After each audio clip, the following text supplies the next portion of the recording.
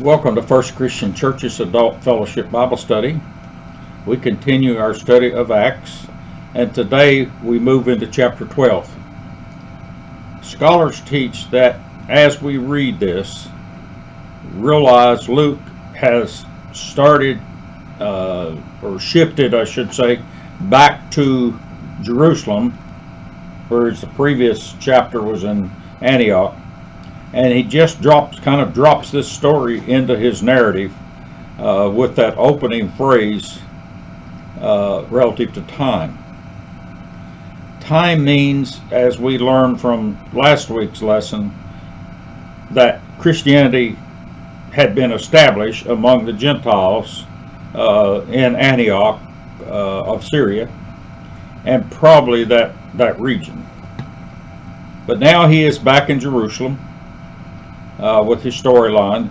Recall also that there has been much tension between the Hellenistic, i.e. Greek-speaking Jewish Christians, the Judean Jewish Christians, that is Hebrew-speaking or Aramaic-speaking Jews, and just Jews in general,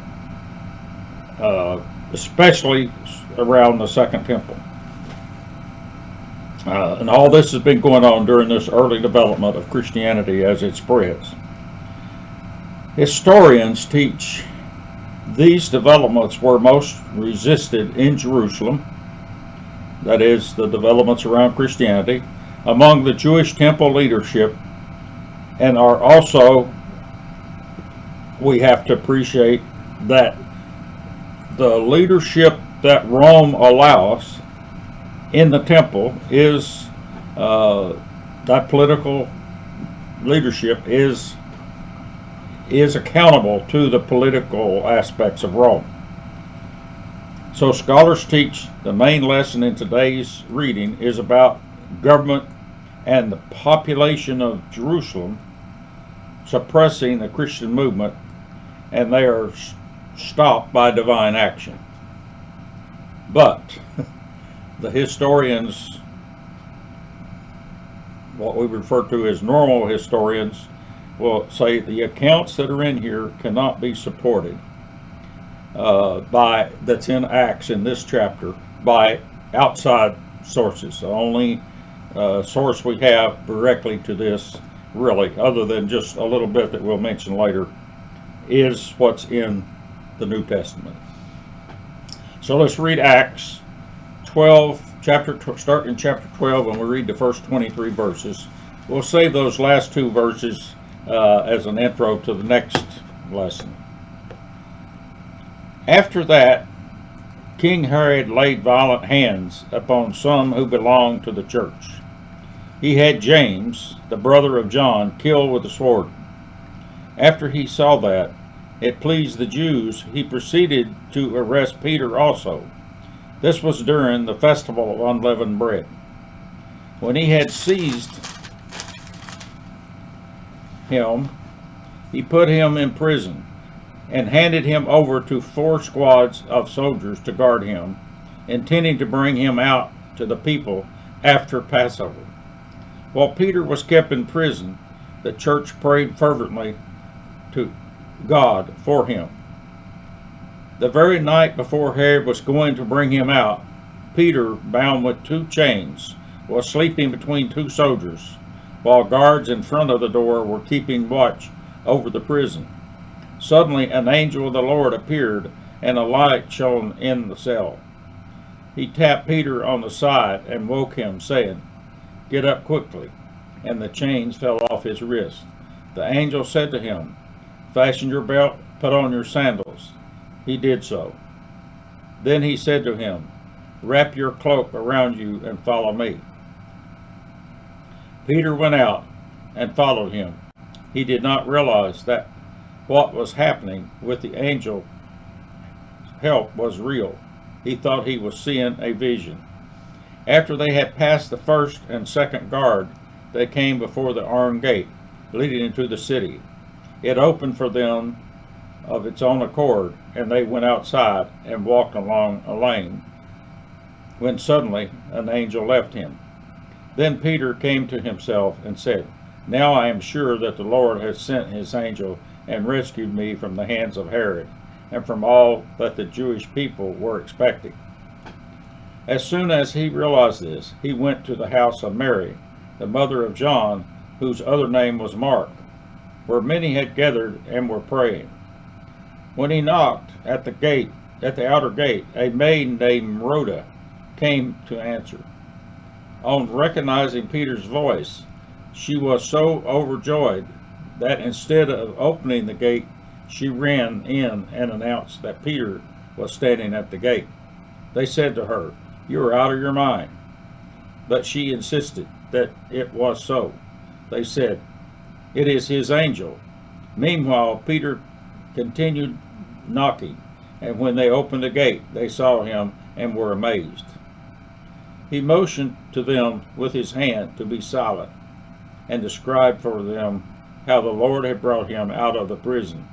And he added, Tell this to James and to the believers. Then he left and went to another place. When morning came, there was no small commotion among the soldiers over what had come of Peter.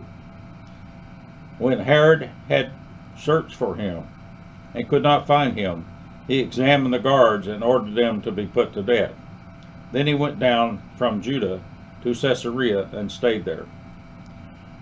Now Herod was angry with the people of Tyre and Sidon, so they came to him in a body, and after winning over Blastus, the king's chamberlain, they asked for a reconciliation, because their country depended on the king's country for food. On an appointed day, Herod put on his royal robe, took his seat on the platform, and delivered a public address to them. The people kept shouting, The voice of God, and not of a mortal. And immediately, because he had not given the glory to God, an angel of the Lord struck him down, and he was eaten by worms and died.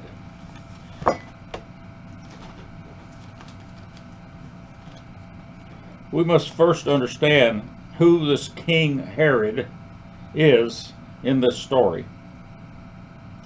He is not Herod the Great of Jesus' birth story, nor Herod Antipas, involved at the time of Jesus' ministry, but he is the grandson of Herod the Great and the son of Antipas. So it is the same dynasty. So the reference here to Herod is to Herod's dynasty. Historians call this Herod Marcus Julius Agrippa I, or Agrippa I, who ruled from 37 AD until his death in 44 AD. He was the last king of Judah and the only other member of the Herod dynasty other than Herod the Great to be so designated as king. His official title, though, was not king but tetrarch, over 4 territories in the Roman-ruled areas of what would be portions of today Syria, Lebanon, and Israel. Today, when elevated to that position, that's what it would be, where it'd be today. He was elevated to that position in 37 AD by Caligula. 3 years later, 2 more territories, including Judea and some other areas there, Samaria, were added to him by Claudius, who was the emperor by that time. And Agrippa either named or assumed himself to be king. He had sufficient Hasmonean Jewish ancestry through his great-grandmother, I believe it was, and Roman heritage, family heritage, to be called a king of the Jews. And it's basically in that king of the Jews concept that they're referring to things here. Josephus, in his history, praises Agrippa's Jewish piety and attention to the Jewish religious tradition of his day, and he was well accepted by the Sadducees, who ruled the temple, and the Pharisees of Palestine, and in general by the Jewish population. Because he did lots of civic things. He rebuilt the wall around the temple and so forth for added security, and generally attended service there. As we learn, he is no friend of Christianity, though, at least according to the New Testament. Religious scholars, that's their position, but historical scholars say they don't find that evidence in the literature outside the New Testament. History does not show that Agrippa participated, historians do find that Agrippa participated in temple worship, actually in the inner circle of it with the priests section, based on this Hasmonean lineage. And he actually read the scrolls on several occasions, according to the documents, publicly, there in the temple services. He stepped in to prevent the placement of Claudius' statue in Jewish synagogues through influence that he had with Claudius, who was the emperor at the time, and Claudius and Agrippa had been boyhood friends in Rome.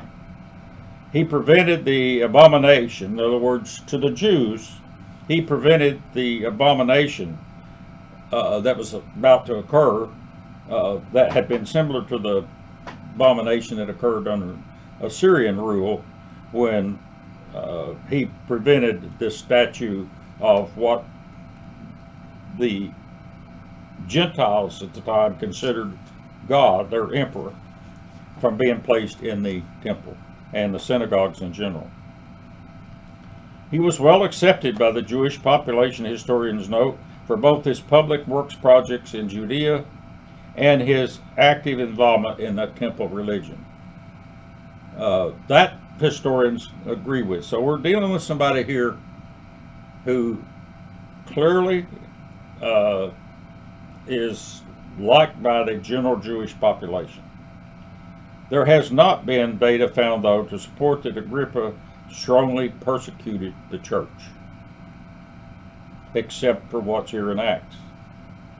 Some suggest he would not have supported Christianity, likely, based on his strong position within the Jewish religion. But not supporting it and persecuting are two different things. So we don't know. The evidence is just not there. The James here that is present in this is the brother of John, one that Jesus called the sons of thunder. Remember, the two the sons of Zebedee. So he is one of the apostles and not the brother of Jesus. And much of people looking into this history get confused over those two Jameses, and that's where some of this stuff goes awry, because Josephus does talk about the killing of Jesus' brother. In this case, James here, the apostle, he was the decapitated, it says, cut off with a sword. That is, scholars say, wording for that day and time for decapitation, which was the more common method used by the Romans to execute. Note the timing here is in the yearly calendar and Jewish religious cycle would be the same as for Jesus' execution, just before Passover. The Greek reads, Herod the king laid violent hands upon some who belonged to the church, teaches scholars. The idea is all the king has to do is to say it's to happen, and it's carried out, and he is destroyed. The church is implying here that it is innocent, and that he was innocent, and what's happening, the king is doing evil here, or that there's evil against the church, and that evil pleased the Jews, as it did with Jesus, John the Baptist, Stephen, and now James. This violent act seems to be aimed at that element of the church that was moving to bring in Gentiles and Samaritans. So some scholars speculate. They find no direct evidence to prove that, but they suggest that that might be a reason for it based on where Luke places it here. That is, immediately following our last lesson, the bringing of Christianity to Gentiles, with Gentiles allowed to enter the church. Such may have been a fear of both religious and political circles at that time. So historians are not saying this didn't happen. What historians are saying is they just can't find the evidence that supports it. The kings imprisons Peter during this days of unleavened bread, when the Jews and the church would have been celebrating deliverance from the tyranny and slavery in Egypt. But keep in mind, the Christian movement is still in Judaism and celebrating all these Jewish festivals at this time. Several scholars note the message between the lines could be that the church is not liberated here, although the Jews seem to be celebrating liberation. During this time, the church cannot truly celebrate liberation, but instead is being placed in bondage by the very people that's doing the celebration and by the Roman authorities. Dr. William Willimon, in his commentary, says, Luke does not want you to miss that the people who witnessed God's rescue from slavery now help to make prisoners of his own kin.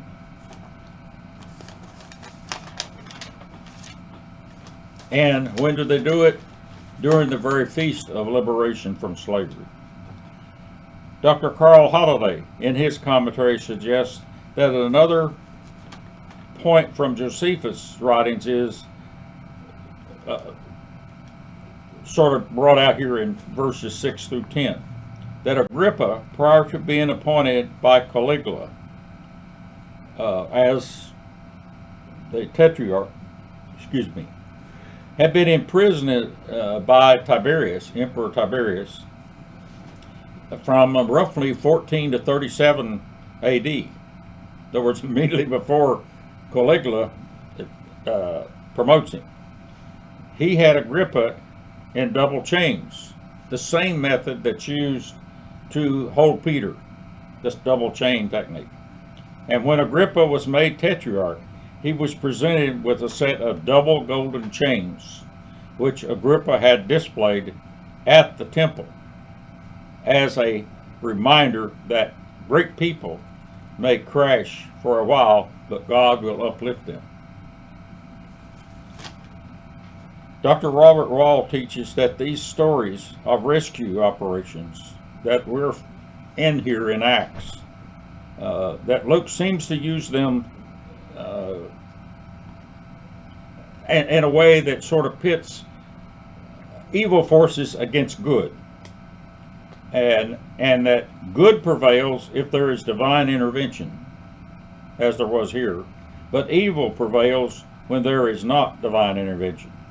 So in Peter's rescue, there is, as a church authority, he is rescued, while the apostle the apostle James is not rescued. Why? It's hard to see, except people looking for what was it that James could have possibly done that would have been different. And some suggest maybe if we look at what's been written about James, he was kind of a hothead, and maybe he did something relative to that before he had time to think it through.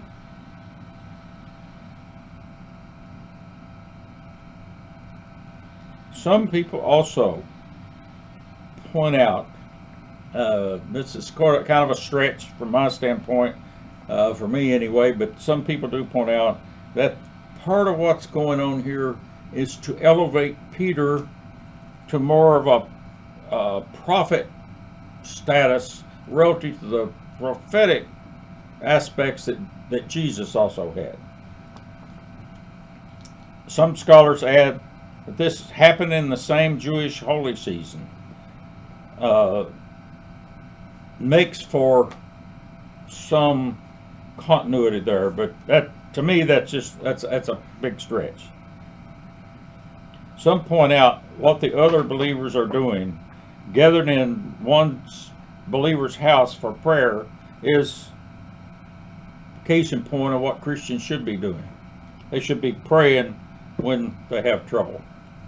In this case, the house is identified as belonging to Mary, the mother of a John Mark, and we'll learn more about John Mark later. Mary's maidservant, Rhoda, is the first female voice that we actually hear in Acts. She discovers Peter while answering the door, doing her job, in other words, doing the job of a normal woman slave in a affluent house at the time. But she is not believed when she reports this to them.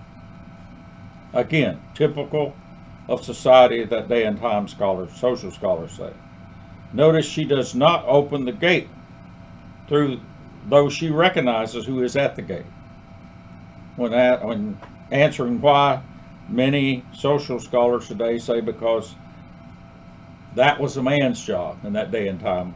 Her job is to report there's somebody's there. So the key point is not that she went to tell them, that was normal protocol, but that the men then did not believe her. So meanwhile, Peter is left standing at the gate. It's not a negative reflection on Rhoda, scholars say, but the believers lacked faith. So scholars point out this lack of faith as an important issue here. When they did recognize him, they were amazed. And buried in that Greek word that gets translated amazed here is they didn't believe it. It's sort of buried in there, they say. In other words, we're seeing, but we don't believe it, and so it's a lot of that. Luke's normal way of describing, they say, things that where there is a lack of faith and lack of believing what they see. Peter had to signal them for silence for fear of giving his location away.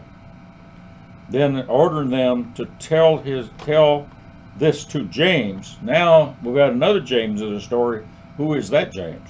This is James, the leader of the Jerusalem church and brother of Jesus. This reference is to a James, brother of Jesus, who leads the church in Jerusalem. Nearly all scholars that I didn't see any disagreement on that amongst scholars. When dawn comes the morning, the prison finds that their key prisoner or prize prisoner is not there, as he was already departed for another city. And Herod is angry, orders an investigation, and the guards executed. That was standard practice. He planned on killing him, and whatever sentence, if you lost a prisoner, the guard paid the price of the prisoner.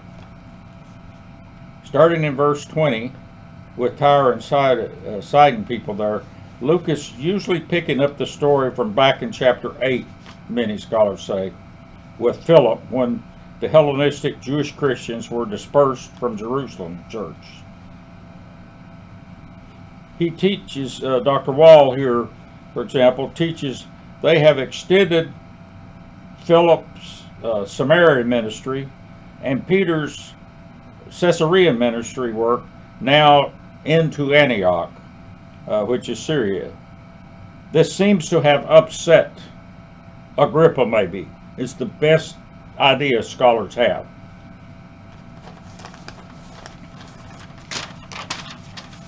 Reports that there is some evidence that exists that the king this Agrippa interrupted food supplies to these people in this Gentile area where converts were happening, and that they were under a drought, in a major drought, and that food supply has been interrupted. And that's what this audience to him is supposedly about. And there's some evidence in literature to support that. They were able to obtain an audience with him to hear their complaints. Luke's version here in Acts implies the king was struck dead because he failed to give God honor, and his people claimed him as a god, and he accepted it. Josephus' history supports much of what's said here as to when it happens and that sort of thing, but the cause of his death is not listed as divine intervention. Other historical evidence suggests that this man died of poisoning, and it was at the hands of some Roman people who wanted it done because they were fearful he would be the next emperor. And they were concerned about that.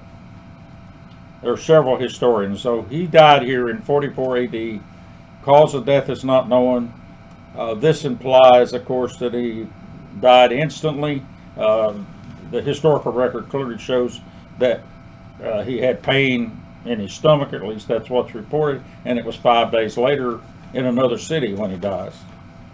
Scholars say, note from the first time in Acts, the support for resistance towards the Christian movement also involves the general population.